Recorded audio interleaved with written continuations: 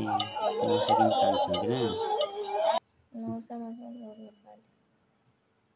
ମାମୁଁ ଆସିଲେ ମାମୁଁ ବି କାନ୍ଦୁଛନ୍ତି ମାମୁଁଙ୍କର ମଉସାଙ୍କର ବାବା ବାବାଙ୍କର ହସୁଛନ୍ତି ନା କାନ୍ଦୁଛନ୍ତି ବାବା ହସୁଛନ୍ତି ବା ହସୁଛନ୍ତି ନା ବାବା କାନ୍ଦୁଛନ୍ତି କୋଉଠି ବାବା କହିଲେ ଗଲା କାଳ ଗଲା ରେ ଗଲା କାଳ ଆଉ କଣ ଏ ଦେଖ ନା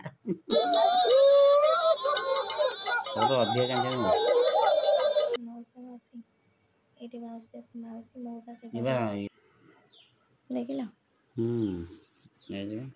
ମାଉସୀ ବା ମାଉସୀ କେମିତି କାନ୍ଦୁଛନ୍ତି ତା ଘର ଭିତରେ ମଉସା ଅଛନ୍ତି ଏଇ ଏ ମା ବା ମାର ଆଉ ଆଈ ମାର ଆଈ ମା କାଇଁ ଏଇଠି ବା ସେ ଯୋଉ ଶାଢ଼ୀଟା ପିନ୍ଧିଛି ପଛ ଗୋଟେ ଠିଆ ହେଇଛି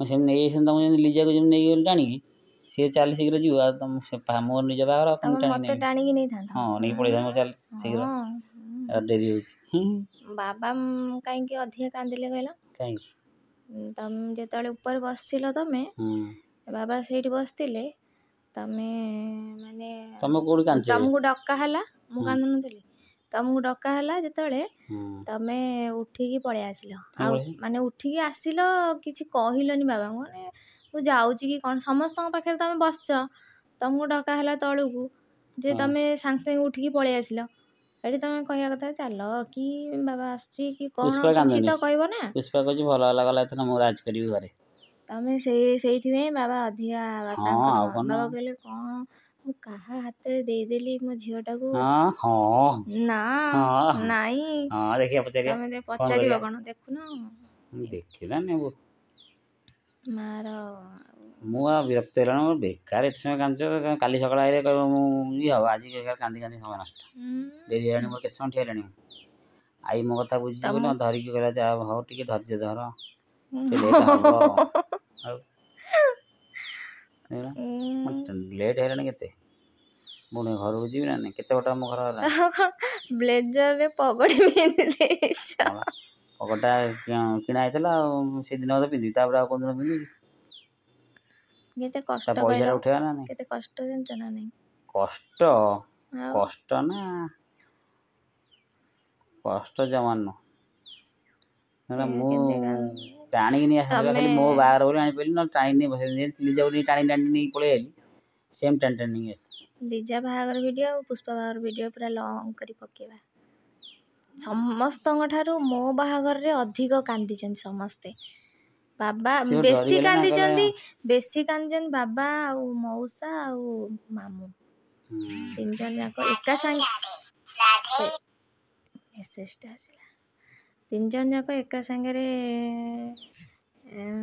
ଧରିକି କେତେ କାନ୍ଦିଛନ୍ତି ସେଇ ଭିଡ଼ିଓଟା ନାହିଁ ସେଇଟା ସୁଟିଂ ମାନେ ଏକା ସାଙ୍ଗରେ ଆସିଥିଲେ ମାନେ ମୋ ପାଖକୁ ଆସିଥିଲେ ତିନି ଜଣ ଯାକକୁ ଏକା ସାଙ୍ଗରେ ଧରିଥିଲେ ପଇସା ଆଣିଥିଲେ ଏଥର କଣ ଚାଉଳ ହେଇଗଲା ଫାଷ୍ଟ ଚାଉଳ ତାପରେ ଚାଉଳ ଉପରେ ପଇସା କଣ କହିଲ ମାନେ ବହୁତ ଛୋଟ ବେଳୁ ଗୋଟେ ଘଡ଼ି ଭିତରେ ଏତିକ ପଇସା ଯୋଉ ନୁହଁ ଗୋଟେ ପଇସା କଣ ହେଲା ତମକୁ ଦିଆହେଇଥିଲା ବା କଣ କଲି ମୁଁ ଏଇଟା କେତେ ଟଙ୍କା ହେଇଥିଲା କହିଲ 870 ନା କଣ ଏମିତି ହେଇଥିଲା ତମ ଘରେ ଗଣା ହେଇଥିଲା କଣ କଲି ତମେ ଖର୍ଚ୍ଚ କରିଦବ କଣ କରିବ ମୁଁ ତ ଖର୍ଚ୍ଚ କରିନି ତମେ ନେଇଯାଇଥିବ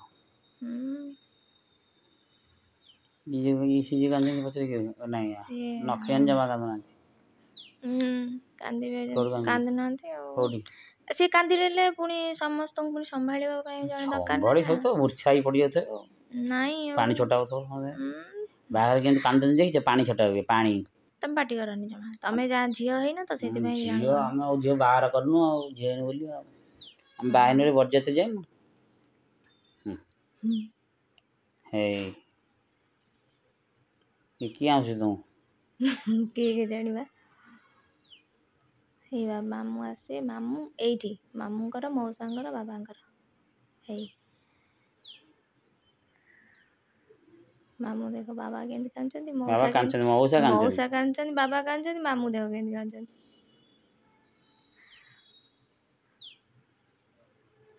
ସେଇଥିପାଇଁ ଲିଜା ବାହାଘରରେ ସିଏ ରହିପାରିଲେନି ସେ ବାହାରେ ରହିଲେ ଆସିଲେନି ଟୋଟାଲି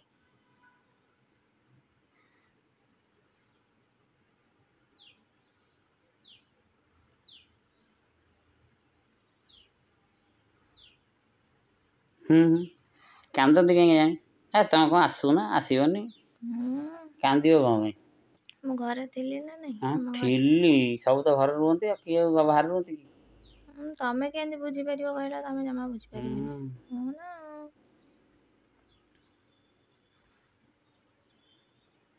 ସେ ଟାଇମ୍ରେ ତମ ଜବର ଧରି ନେଇ ପଳେଇ ଯାଇଥାନ୍ତି ଗାଡ଼ିରେ ଶୀଘ୍ର ଡେରି ହେଲାଣି କ'ଣ ଲୋକ କହିଥାନ୍ତି? ବାବା କହିଥାନ୍ତେ କାହାକୁ ଦେଇଦେଲି। ମୁଁ ଗଲା ପରେ ହଉଛି ବାବା ମଉସା ବାବା କେତେ ମାଆଙ୍କର ଗୋଡ଼ ଧରି ବୋଧେ କାନ୍ଦିଛନ୍ତି ନା। ମା ନିଜେ କହୁଥିଲେ ହେଲା। ତମେ ପଚାରିବ କାରରେ ବସିଥିଲେ ଗୋଡ଼ ଧରିକି କାନ୍ଦିଛନ୍ତି ହେଲା। ନାଇଁ ମାଆଙ୍କୁ ପଚାରିବ। ମା ତ ନିଜେ କହୁଥିଲେ। ମୁଁ କ'ଣ ଦେଖିଛି? ମୁଁ ତ ପଳେଇଥିଲି। କାନ୍ଦ ଆଗ କୁହନ୍ତି ମଉସା ନିଜ ଝିଅକୁ ବିଦା କରୁଛନ୍ତି। ମଉସା ମତେ ନିଜ ଝିଅ ଭଳିଆ ଦେଖନ୍ତି ନା, ବହୁତ ଭଲ ପାଆନ୍ତି। ମଉସାଙ୍କ ଘରକୁ ଯିବି କାନ୍ଦୁଛନ୍ତି ଖାଲି ମଉସା ଆଉ କେହି କାନ୍ଦି ନାହାନ୍ତି। ମଉସାଙ୍କ ଘରକୁ ଗଲେ ଆସିଲା ମଉସା ଠିକ ଚାଲାକି। ମଉସା କହିଲେ ଇଏ ହଉଛି ଠିକ ରୋଗ, ଆକୁ ଧରି କାନ୍ଦିଲେ ସେ ଠିକ ବୁଝିପାରିବ। ତମେ ତ ଯୋଉ ବୁଝୁଥିଲ ମୁଁ ଜାଣିଛି। ତମେ କେତେ ବୁଝିଲା ପିଲାଟା ତ।